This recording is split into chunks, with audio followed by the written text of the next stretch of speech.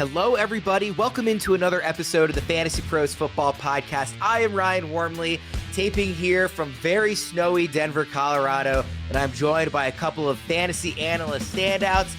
You might know him, you might love him, you might hate him. Derek Brown of FantasyPros. DBro, thanks for joining me on this fine Wednesday morning. That was a really kind intro, Worm. Thank you so much. So glad to be back on the show with you. I don't know if it was kind wasn't necessarily my intention, so I'm sorry, I guess. We talk a lot in the offseason. We don't talk as much on the mics as we do in season, so it's always good to be talking a little football with you, DBro. We are joined by Mason Dodd of the Fantasy Flock Network at Mason Dodd FFN on Twitter. By the way, DBro is at DBro_FFB. Mason, thank you for coming on. We last podcasted together, I think, in December, sometime towards the end of the fantasy season. So good to talk to you in the offseason as well. Yeah, no, thank you so much for having me. I'm chomping at the bit, ready to go.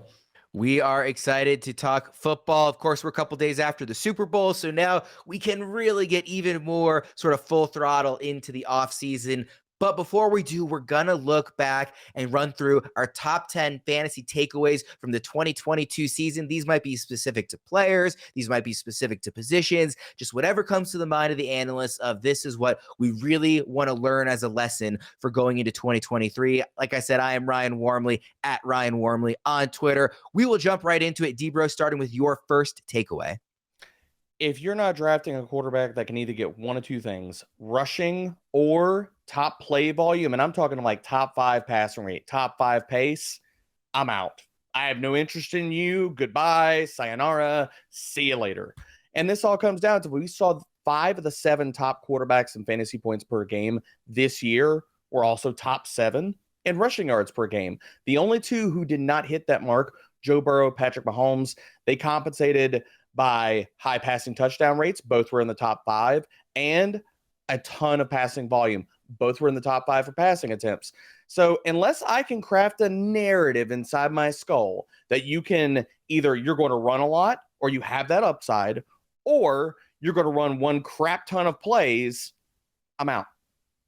So is there like a minimum threshold of projected rushing total that you're looking for? Like a guy you want to project to rush for 250 yards, for 500 yards. What is that number? I think you're looking to shade the median. It depends, and some of this kind of gets noisy with how much rushing production that rushing quarterbacks have. So it can throw some of that paradigm off a little bit.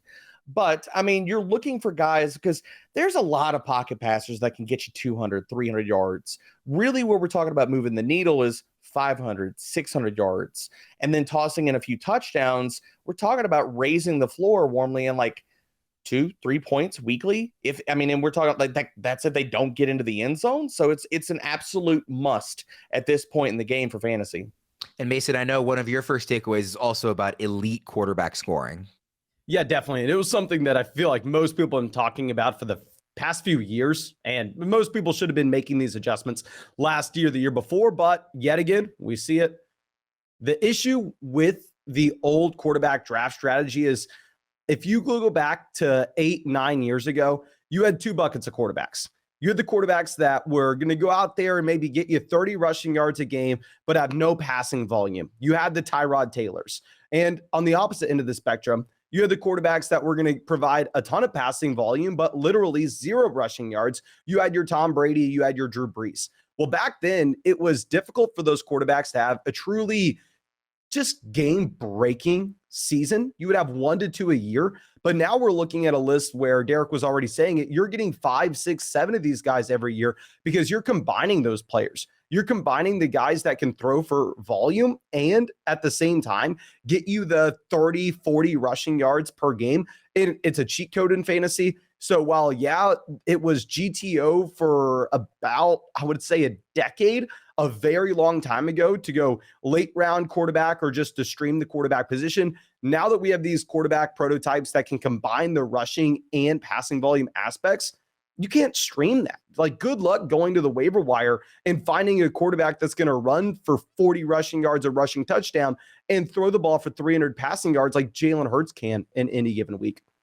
Yeah, I'm glad you mentioned the draft strategy side of this because It's a really interesting sort of balance where on the one hand, you need elite quarterback scoring more than ever if you're going to compete in your fantasy league. But on the other hand, there are more guys who are capable of that high level of production. In the past, it might have been one or two guys like, okay, well, Mahomes or Allen is going to go maybe like round 4-ish. And then you kind of wait and get one of the middle round guys. Now it's Mahomes, it's Allen. If you believe in Herbert with the new offensive coordinator, Jalen Hurts, if Lamar Jackson is healthy, there's so many guys now that can reach that threshold, but you still really need to get one of them. So I know that drafts are actually like several months away, but putting you on the spot right now, Mason, what round would you try and take one of these elite QBs as of right now? So I'm actually drafting best ball teams today. Like I've already done maybe 20, 30 drafts this year. I'm a sicko, but you're seeing that the entire fantasy football community's kind of learned this lesson and they're pushing these guys up. Like I'm looking at, best ball sites that have a ton of volume going into them. One of them just launched $1 million prize pool on Underdog, and they have Mahomes going round 2, Allen round 2, Jalen Hurts round 2, Burrow round 3, Lawrence round 4. So drafters have kind of realized this, and they've made that adjustment where they are moving these quarterbacks up. DBro, quickly before we move off the quarterbacks, what do you think about the round you'll be targeting an elite guy? I love the fact that Mason brought that up because I was actually going to counterpoint with that right after he got done talking. I was like, these early best ball drafts, people are going quarterback hungry. So they've learned the lesson. I think that the way that I'm going to attack this, and we're going to see how this ADP is going to evolve over the offseason and rookies and what have you. The way that I'm going to look at it is take the end of that tier. So we're seeing quarterbacks go in the second, the third round. If I can get one of those guys to slip, and, more casual leagues, it's probably going to slip a little bit more, and you might not see that much of a pushback towards really early quarterback. But really, kind of last year, the sweet spot for me for Jalen Hurts was always like round 5, round 6. And a lot of times with that, you've had a chance to address so many different positions, whether you're in 2 wide receiver leagues, 3 wide receiver leagues. By round 5, you've gotten 3 wide receivers, maybe 2 running backs, maybe you got 4 and you're going hero strategy, but it gives you time to build that type of, okay, what is the top end of my starting lineup going to possibly look like? And then here's my elite quarterback. So, right now ADP is all over the place, but I think that once we get into draft season, I think Lamar Jackson's probably going to fall back towards the end of that tier. And I'm going to be very interested because Lawrence is probably going to get a lot of buzz and go over him. So is Justin Fields. And possibly, but again, we're super, super early. Kyler Murray might fit that, but it depends on where he's at in his recovery. And if you're looking super, super late, I know we're kind of diving through all of this, but we've got to hit some names here. Maybe Sam Howell, if he can afford getting kiboshed in the draft. Will be really interesting to see what offensive coordinator the Commanders go with, because as of the time of this recording, they're one of the spots that has not picked anybody yet. Obviously, you mentioned Lamar. They added Todd Monken yesterday as offensive coordinator, which is really exciting for Ravens fans and for fantasy managers, I think. For the folks listening on the podcast today, thank you. But if you prefer to watch our fantasy analysis, don't forget we are on YouTube. You can catch all of our shows, plus tons of other videos and live streams over at youtube.com/FantasyPros. Be sure to subscribe if you like our content because it helps us out, but more importantly, because it helps you out. Click the bell to get notified of all our latest podcasts, short videos, live streams, all season long and all off season long. Thanks for joining us here. Let's go to our next takeaway. Mason, what do you have?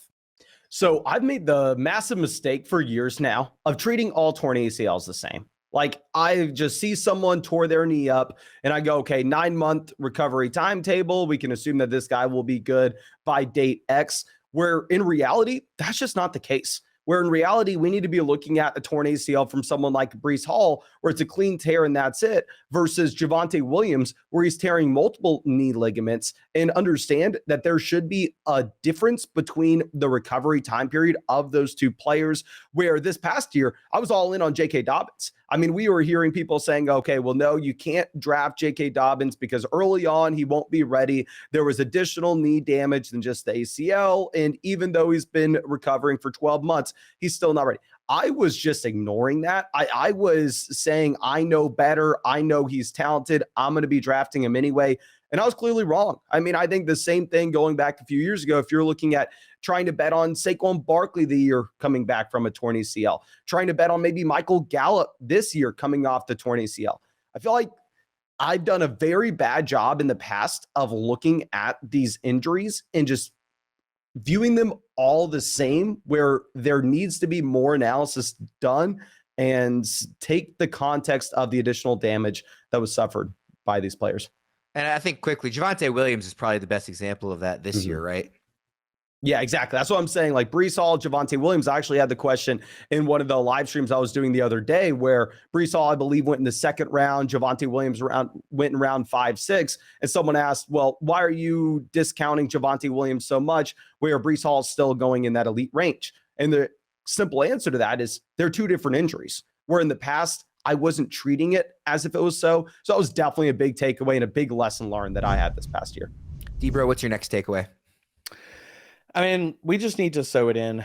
We just need to sit here and rank Travis Kelce as the tight end 1 until the man hangs up his cleats. I mean, he has shown no slowing down. And I know this is not like really just a massive, just earth-shattering takeaway, but it's like we try to get cute. We're like, okay, is it the Kyle Pitts year? Okay, Mark Andrews, who's going to ascend to be the tight end 1, blah, blah, blah. Kelce's the king until he decides he's ready to step off the throne. I mean, he's shown this.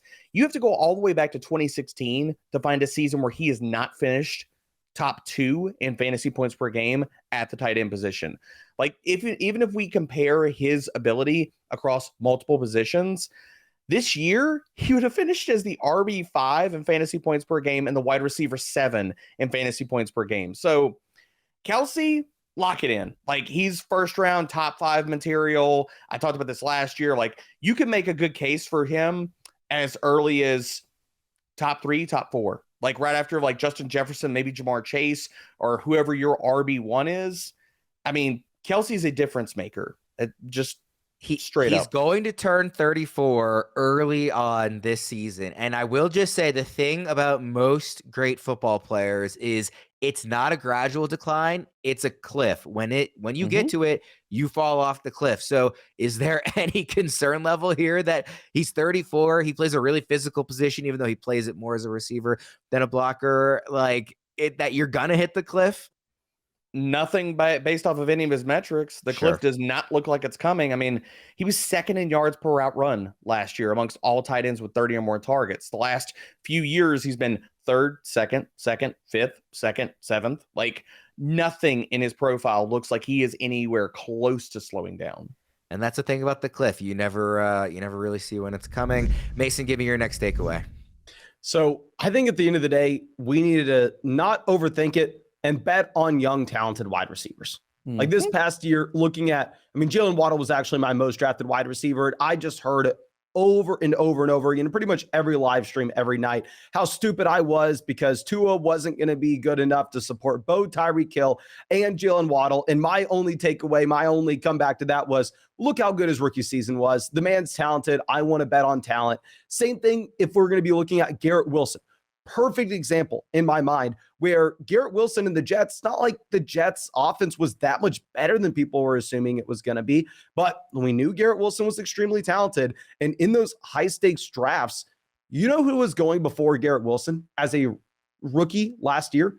Jalen Tolbert, because people thought the situation that Jalen Tolbert was in was better than Garrett Wilson's for the Jets. I don't really care. I understand. Of course, we need to take into account the situation these players are playing in. But in terms of mapping out tiers, at the end of the day, when you're looking at these young stud wide receivers that we know have phenomenal profiles, it's hard to miss on them, to be honest. And DBro, you have a similar takeaway on the rookie and sophomore receivers. Yeah, drafting rookie and sophomore wide receivers, this is the way. This is what you do. We look at an average since 2020, an average of 5 wide receivers inside the top 24 have been either a first or second year wide receiver.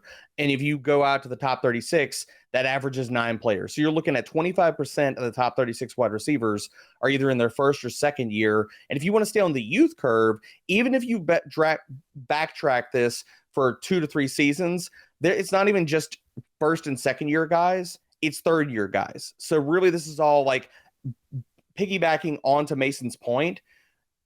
We need to invest in rookie wide receivers and draft them aggressively. So like for as much as, okay, maybe I missed on Drake London, maybe we missed on Sky Moore, you hit on Christian Watson, you hit on Garrett Wilson like Mason was talking about, you hit on Chris Olave, all of those guys. breakout guys. And even if you would talk about the Justin Jeffersons, Jamar Chases of the past few seasons, these are difference makers. Who's the guy this year in the rookie class? Because there's not the Jamar Chase, Devontae Smith level stud, but there's a lot of depth that looks like it could be really good if it's placed in the right situation. So are you just paying attention to landing spot and that will sort of determine, or to Mason's point, trying to get the just betting on talent? Who is the talent in this rookie class? You bet on draft capital. That's the bet you make. You bet on draft capital because it's going to sow in early opportunity. So like, okay, Treylon Burks didn't hit last year. That doesn't mean that I'm going to shy away from the first round guys, but the two guys at the top of my board, I'm sure their ADPs is going to creep up the closer we get to the NFL draft and best ball, but it doesn't matter. I'm betting on Jackson Smith and Jigba, and I'm betting on Jordan Addison. Those are the two guys that I see comfortably probably going in the first round, and both of those guys profile as high volume wide receivers. And JSN might actually fall back behind Addison the closer we get. You get testing numbers and stuff like that. And I don't care, Ryan. Like, I don't care at all. The guy gets open, and his metrics in college all scream that he is that dude. So that's the two rookies I'm putting my chips in on right now. Mason, quickly, I saw you nodding. Do you agree with those two rookie names? Oh, definitely. I mean, I could not be more in on JSN. I was in Arizona for the Super Bowl this past year, and at the Underdog House, we had very smart people, way smarter than me, like Brett Coleman hyping up Zay Flowers, the wide receiver one. And I was on an island trying to go through and say, oh, no, it's JSN. JSN, 1,600 receiving yards as a sophomore. We're in the same offense the same year. Garrett Wilson was at 1,300. Chris Olave was at like 930, I think, off the top of my head. Now, keep in mind, you did have a few more games played by JSN, but even on a per-game basis, JSN as a sophomore dominated Garrett Wilson, a junior, and Olave, a senior. So that's all I need to know. His combine numbers will be bad, but I don't care. The man produces against top competition. I remember a similar narrative of a wide receiver coming out of a really talented program, flanked by two other potential studs, and everybody said he couldn't play anything but the slot. Just saying. Justin Jefferson is good. I was gonna say, I know you're talking about Justin Jefferson. You should probably say the name just in case maybe the listeners were picking up on that. Obviously, I'm not saying JSN's going to be Justin Jefferson level talent, but I'm telling you right now, he's going to be an immediate target earner from day one. Sure. I fully agree. Quick second to remind the listeners, if they want even more access to our analysts, be sure to join us on Discord at fantasypros.com/chat. A premium subscription there will get listeners full access to our analysts through AMAs, stages, and more all off season long. Mason, you have another wide receiver takeaway. Yeah, so if we're going to be looking at wide receiver historical data, I mean, we've kind of seen something that for almost a decade, 2 decades, wide receivers changing teams were something that we wanted to be fading in fantasy. And I think it really came down to the fact that the NFL was different a decade ago. Back then, teams had more control over these players, where if they were allowing a stud wide receiver to change a team, usually it was because that wide receiver probably didn't have it. Usually it was the Allen Robinson situation where the Bears know, yeah, he's not good. The Rams, you can go out there, you can pay him all the money in the world. It doesn't really matter. But now we're seeing these stud wide receivers get traded every single offseason for multiple first-round picks. It completely bucks the trend where it doesn't matter at all. Like if we're looking at Tyreek Hill, Devontae Adams, Stephon Diggs, DeAndre Hopkins, all these stud wide receivers changing teams that right away, week 1, stepping on the field, Devontae Adams is drawing 17 targets. Like, I think there's a big difference in today's NFL with these offseason moves than what we had a decade ago. And I think it needs to almost just completely erase the historical data that we had been looking at previously. I know you wrote down from last year, Devontae Adams and Tyreek Hill. Are there any names this year? DeAndre Hopkins kind of seems like the biggest one, at least that jumps to my mind. Any other wide receivers that you're keeping a close eye on for if and when they might move teams? I mean, honestly, I would have never guessed that Tyreek Hill was going to get traded in February this time last year. So I don't know. I'm going to buckle up. I'm assuming it's a wild ride this offseason. We can react. Right now, I don't have too many names for you. And DBro, you've got another wide receiver takeaway. Well, we've talked about the young guys, the talent, the guys who change teams. You just say, just forget all that. Just draft them early and often. You need to go after wide receivers. I mean, over the last 3 seasons, 56% of the top 50 players in fantasy points per game have been wide receivers. And this is amongst like flex players. So excluding the quarterbacks, so just running backs, wide receivers, tight ends. And over that same span, 19 players have had singular seasons of at least 20 fantasy points per game. 53% of those have been wide receivers. So you're looking at talent, you're looking at upside. This is what we want. And I mean, this is really what the whole idea of like somewhat of zero RB is built upon. Wide receivers are less likely to get injured. They're awesome. They're consistent producers. We've seen this over so many years. Like, this is now a passing league. It is a passing league. We need to invest in wide receivers and talented ones. Obviously, everything is contextual and depends on who falls. But Mason, as of right now, in your first 5 rounds, how many wide receivers do you want to come away with ideally? So it's very interesting where if you're looking at drafts that are happening at this moment, people know this, obviously. I mean, people are all in on wide receivers. We've seen this change where it's very difficult to go through and say, this is my exact draft strategy coming into the season. I'm going to go with the 4 wide receivers starting off, then a running back in the 5th. You see those TikToks, horrible analysis. I can't tell you exactly what to do going in round by round before we actually see where the values lie. And can I take that right into my next lesson learned? And honestly, it was, I think, one of the reasons I had so much success this year in drafts. I ended up winning multiple high stakes tournaments, like an unbelievable season. My most drafted player was Jacobs, second most drafted Waddle, third most drafted Mahomes. I'm sorry, I have to come out here and flex. I'm obnoxious. But anyway, if I'm looking at it, I think a ton of the reason we got there, and I know that didn't make any sense, was just because it stayed flexible. I didn't go into any draft saying, I know in round 3, I'm going to get a running back, round 4, wide receiver, round 5, tight ends. I think what you have to do is go into a draft, have a fundamental understanding of where the value lies based on what your league mates do. I don't like the idea of going into a draft room and saying, this is my exact strategy. I'm doing this no matter what. I really like the idea, instead of getting in a lot of mock drafts, go to the FantasyPros tools, go and do a ton of mock drafts on FantasyPros. That way, when you're in your draft, if you realize all your league mates are taking running backs early, then you can pivot and be the guy going 0 RB. If all your league mates are taking wide receivers early, maybe instead you want to grab a couple of running back values at the top and be flexible with the draft in the middle rounds. So my biggest takeaway is like, just stay flexible. Don't go into a draft with a concrete strategy saying this is the only way that I can win. Yeah, I was gonna say, first of all, don't apologize for flexing, for having a great year. That's like the whole fun of fantasy, is getting to brag about having a great year. And the NFL new league year doesn't come until March, so I think until then you're still well within the statute of limitations of bragging. DBro, do you have any thoughts on just that strategy of like staying flexible? Yeah, I mean, you have to stay liquid in drafts. You absolutely have to. And so, I probably out of the first 5 rounds, I want to walk away with probably at least 3 wide receivers. That, again, even if I'm setting not so much a rule, but like that type of construct on what I hope to achieve, that doesn't mean that it's like, okay, I got to take 3 in the first 3 rounds. Like, I just don't want to get too far behind the 8 ball if other people are drafting wide receivers. But at the same point, we're all shooting for upside. Go BPA with where you're at in the drafts. Like, if, like the one thing that I love to sit here and I focus on with people drafting all the time, and I say, look, your team is not totally set. You don't have your team set for week 18 in the draft. You build the foundation for that. But who cares if you walk out of the draft and you took better players available and you have a ton of wide receivers, but you're light on running back? You got trades, you got waivers, all that type of stuff. Go BPA. So I'm totally with where Mason's going with this.